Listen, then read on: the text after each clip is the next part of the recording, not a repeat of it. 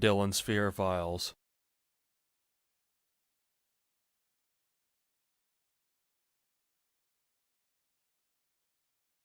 This is a long-ish story.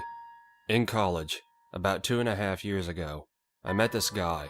I wanted to make a friend, and he seemed harmless, despite my feeling that something was off. At that time, I ignored my gut in favor of gaining a local friend. He seemed to have a crush on me from the time that he met me, and while I was flattered, I wasn't interested. I told him as much, and he didn't argue, at first. The next time I met him, he had some arguments for why we were compatible. I stuck to my guns. He seemed accepting, and didn't bring it up again. We talked and walked around school. In the course of our conversations, he learned a lot about my interests and hobbies and checked them all out. Then he reported back to me about where he visited, or when he thought he had an idea to spend time together. I didn't realize it at the moment, but he was really good at talking about nothing at all. I came away knowing literally nothing about him besides his name. One day, I was about to get kicked out of the building because they were closing and I didn't have a ride home. You probably guessed what is about to happen. He took me home. I was smart about it, telling my father when we left and who I was with. Things started to get creepy after that. He started showing up where I was by coincidence. He would stand outside my class and stare at me. I tried talking to the professor about it, but all he said was that I was smart in changing my seat in class and that I should go to campus security if he made me feel threatened. I asked him to give me some space, and he obviously quit showing up everywhere. One day I came home from school to my brother telling me about a trespasser on our property. We live in the middle of nowhere, and around our neighborhood you see a lot of posts or mailboxes painted lavender. It's a code to everyone there that we don't like strangers trespassing on our property. My dad made a big deal about it, and either side of our driveway is graced by lavender posts.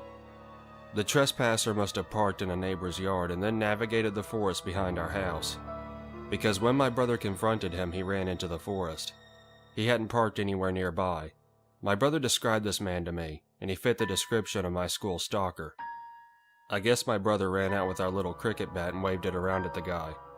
A cricket may injure a small animal, but at the range Bo described, he probably wouldn't have even bruised from it. It's still scary to see someone with a weapon. My brother was alone at the time. I decided to end my silence towards him. It seemed better to know where he was than for him to show up unexpectedly. I didn't want to ruin his college opportunity because of an overreaction on my part, and I didn't think that security would believe me, anyway, as I was seen with him a lot before. I ended up dropping a class that semester and failed another. The next semester went better, and I rarely see him now. I have since moved in with my fiancé about half an hour from my home. I dropped out of college so that I can find out what I want to do with my life before I spend money and time on school again. To one college creep. I'd say let's never meet again, but until I move from the area, I don't think that's feasible.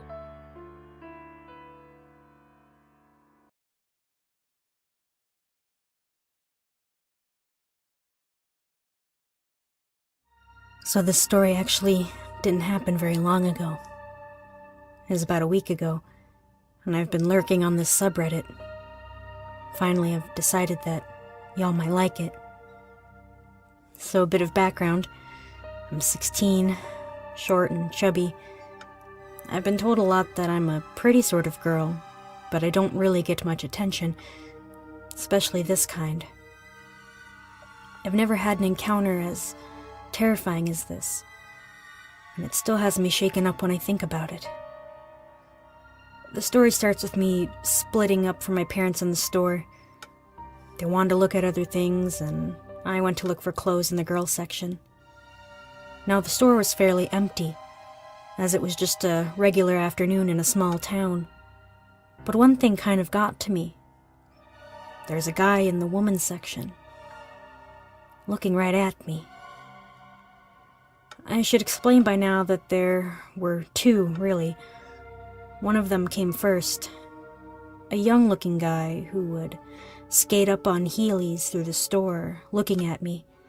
Then he would disappear for a bit, and this new man would show up where I was. Made me feel super nervous, but I didn't do much yet. When the older one caught me looking back at him with suspicion, He started dawdling around, touching some of the clothes, adjusting his hair in the mirror. But the mirror was adjacent to me.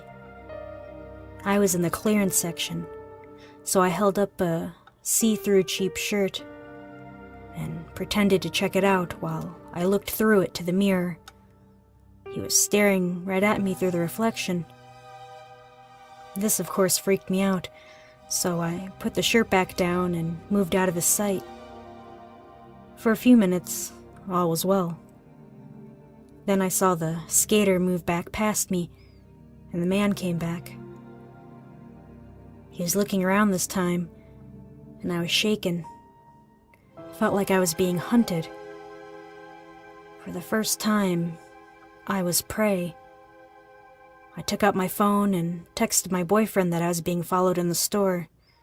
He reasonably freaked out and told me to get my parents immediately. Which, I should have. But I wanted to make absolutely sure. The pattern kept following. I would move out of sight. The skater would look for me, find me, and the man would show up again. I'd had enough. I went to a place that was sparsely populated with some old women, and I stuck close to them. The two boys looked angry, disappointed. I texted my parents. Luckily, they were already looking for me, and came just as I texted them. My mother greeted me, and wordlessly, I showed her the text. She asked if I was sure, and I said yes. From then on in the store, my parents never left my side. The whole rest of the time there, I glanced over my shoulder, never leaving their side. I still saw the man sometimes, looking angry. As we checked out, there they were, very, very close to me. Just to give a show of bravery to satisfy my pride, I stood very close to them, acting oblivious to their plan. They seemed very, very angry at this. So, to the two dudes who were probably trying to kidnap me or something, let's not meet again, okay?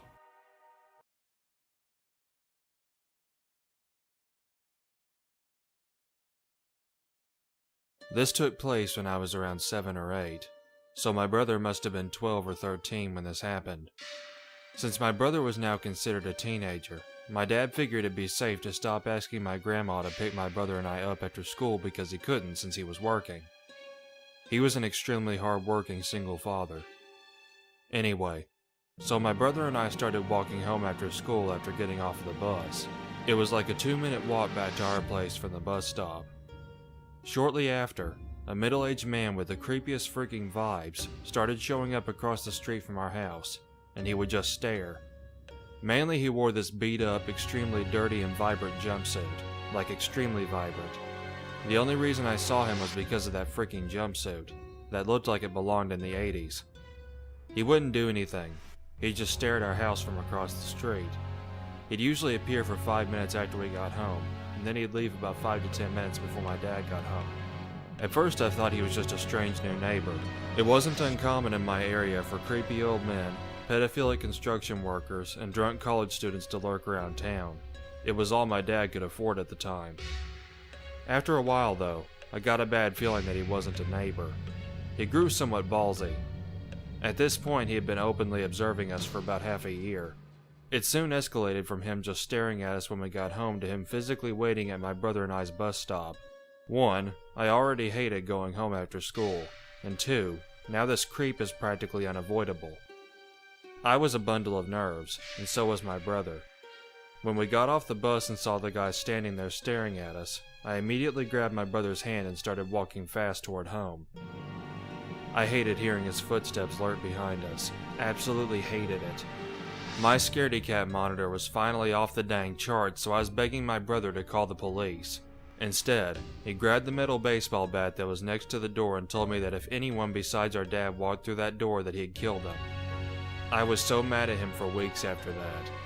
But looking back now, I extremely admire my brother who would be willing to do anything to protect his little sister. That night, we finally told our dad about our daily evening visitor. He was furious, but also sad that his kids didn't tell him sooner. We felt like it was somehow our fault that the man was following us, so we figured that my brother and I would get in trouble for the man's actions. A creepy man had been stalking his kids for nearly a year without his knowledge. He was devastated. I sympathize with him now. My dad talked to a woman who waited at the bus stop for her son and explained the situation to her. She had thought that the man was someone he had asked to watch us, and she noticed our grandma no longer picking us up. After my dad talked to the woman, my brother and I never saw our stalker again. Years later, I found out that the woman, while waiting for her son to get dropped off by the bus, noticed the creep in the same jumpsuit and the same toque. She walked right up to his face, told him, "If you don't leave those poor kids alone, I won't even call the cops. I'll take matters into my own hands and beat the living crap out of you. I never want to see your face around here ever again." She was a tough, mean-looking lady, but a huge softie with the biggest heart I've ever seen. Anyway, she was mean enough looking that the guy never lurked outside our home or bus stop again. Not sure if this would serve as any significance to you guys, but my upstairs neighbors later claimed they used to see him go dumpster diving down the street from our home. So, old dude with the creepiest stare I've ever seen. Let's not meet again.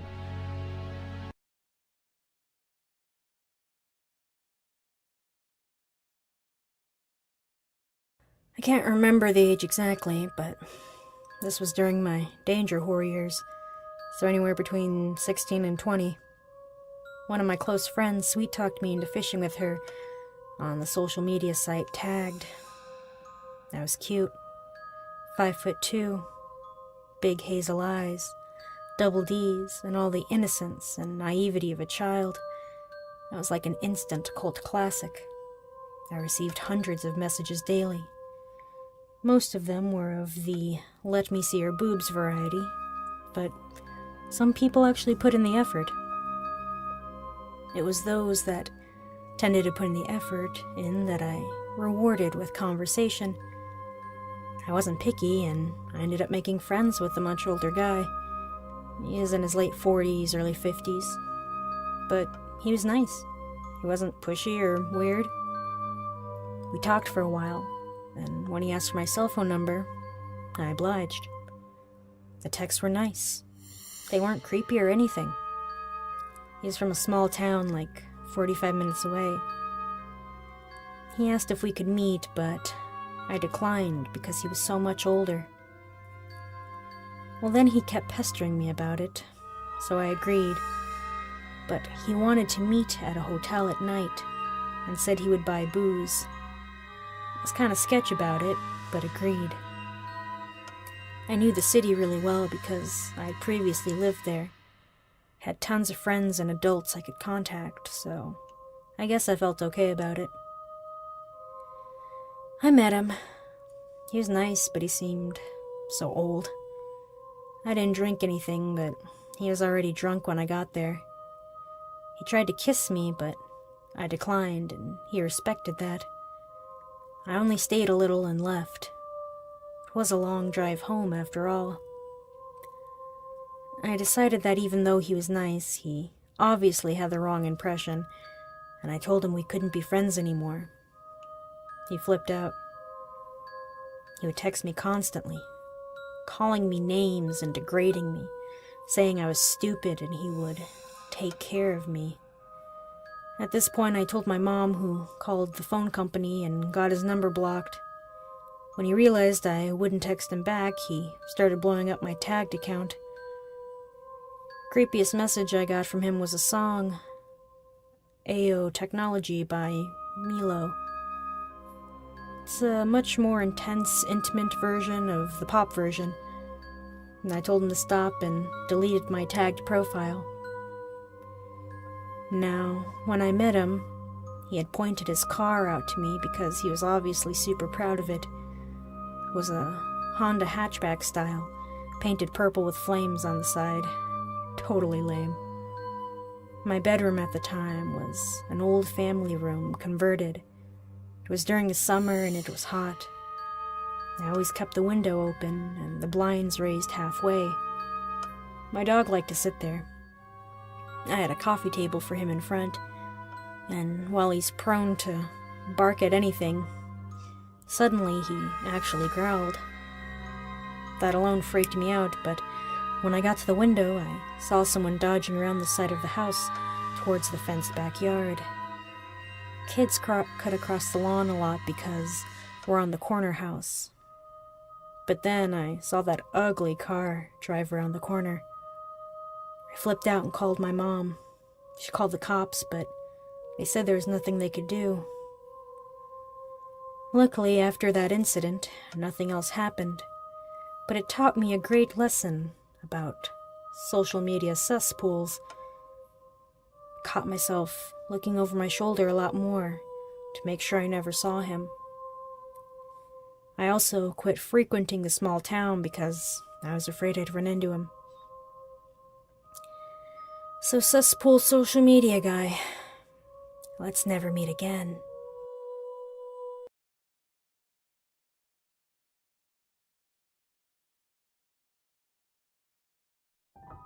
Long-time lurker, first-time poster, the usual.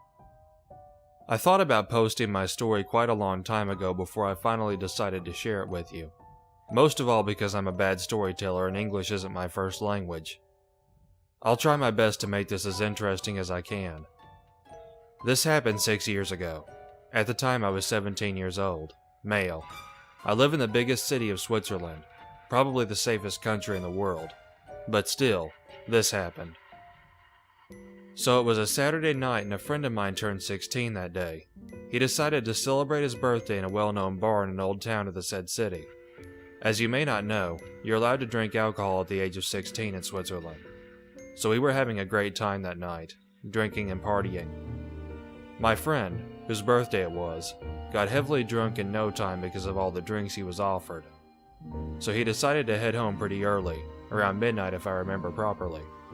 Me and two friends of mine didn't want to call it a night yet, and went out for a smoke through the back door of the bar. After we finished, we realized we had drunkenly shut ourselves out, so we had to go all the way around the block to enter through the front door again. As we were making our way back to the entrance, more of a staggering than a walking, we passed this old shady-looking dude. In my drunken state, I even bumped into him with my shoulders, but carried on walking anyways. Shortly after, we hear him shouting, "Freaking foreigners, stop!" and some other things I can't really remember.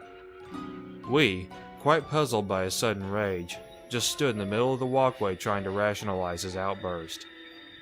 I mean, it was just a bump with a shoulder. I didn't even hit him hard, nor was it intended. As we were standing there, he started speed-walking in my direction. I assumed he was going to curse me or whatever. I was very wrong. He started throwing fists at me. His punches didn't hit me that hard, and he wasn't even aiming for my face.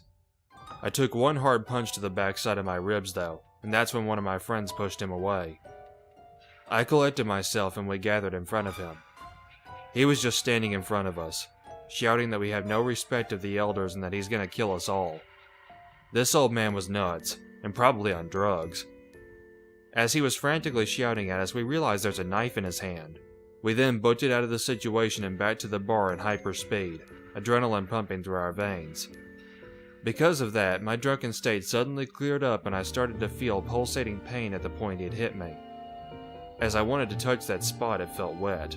I took my hand out from under my shirt and saw blood. Adrenaline rushing again. I hesitated no second and took off my shirt in the middle of the bar. By the reaction of the people around me, I could tell something was wrong. They took me to the toilet where I could see it myself. I had a big wound at the back of my ribs. It was bleeding, but to my surprise, not that heavily. Still, I was in a bit of a panic and didn't know what to do. In fear of the police, we also smoked some weed and I was afraid they could drug test me. I know, it's stupid. We decided to head for the train station and take the first train home. Half an hour train ride later and I arrived at my parents'. I woke them up, telling them something happened and that I took a knife to the back. They were understandably up in no time. The only thing my father said after we saw the wound was, "A band-aid'll do." My mother, on the other hand, wasn't having any of this, and drove me directly to the hospital where they sounded the depth of my wound. They said I was very lucky. Little more to the right and he would have punctured my lung. which would probably result in me drowning in my own blood. The police then came to the hospital as well, and I had to give them a statement.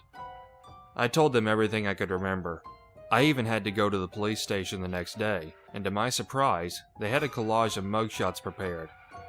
I could identify the old coot right away. Obviously, he was already registered, and they told me he'd stabbed another guy the same night. Shortly after, we met again in court. I can't remember what he was sentenced to. It doesn't matter anyway. Karma got him. After some time passed, 2 or 3 months or so, I received a letter explaining the death of my attacker while he was in prison.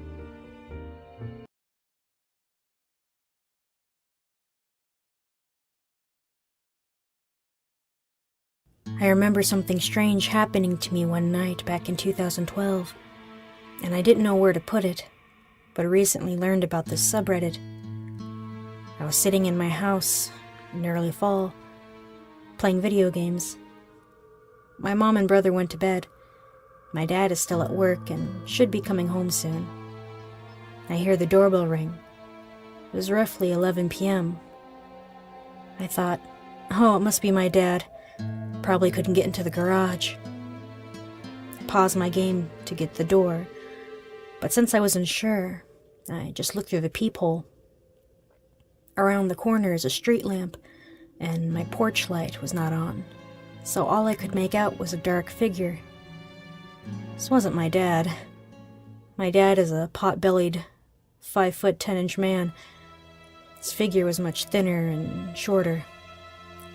I'm staring out for what felt like an eternity. The figure rings the doorbell again and knocks. By this time, I realized the door was unlocked, and I immediately locked the door. The handle rattles and I let out a gasp. I run into the living room to get my cell phone and start dialing the non-emergency line. I look out the peephole and he's gone. To my north is the cul-de-sac I live on. The houses are spread out and reasonably lit. To the east and south is an open space with another well-lit road. The west is a highway and a neighbor. My house has a ton of windows and is on a slight incline. I essentially can see if someone comes into the cul-de-sac. People walking down the roads, people in the open space, etc. There's little to nothing obscuring my view. Now at this point, I'm thinking it's my unstable and abusive ex. My ex didn't have his license, lived 3 miles away towards the south, and mainly traveled by bike. I broke up with him a couple months beforehand, and he stopped bothering me. I looked out all the windows facing the cul-de-sac, the open space, and towards all the roads. I look out the peephole again. Nothing. I sat back down in the living room, but I had this really bad feeling, like my hair was standing on end. After about 30 minutes of Minecraft, I turned off the lights and I went to bed. The next morning, I opened the front door to get the mail and found a handful of purple petunias there. My mom and I didn't grow petunias. I walked up the street to get the mail. I looked and realized my neighbors also didn't grow any petunias. Came back to my house and saw that our fence to the backyard was wide open. I grabbed a 2x4 and walked back there, finding more scattered petunias all the way up to the patio door. The patio door looked into the living room where I was playing video games, and I forgot to close the curtains.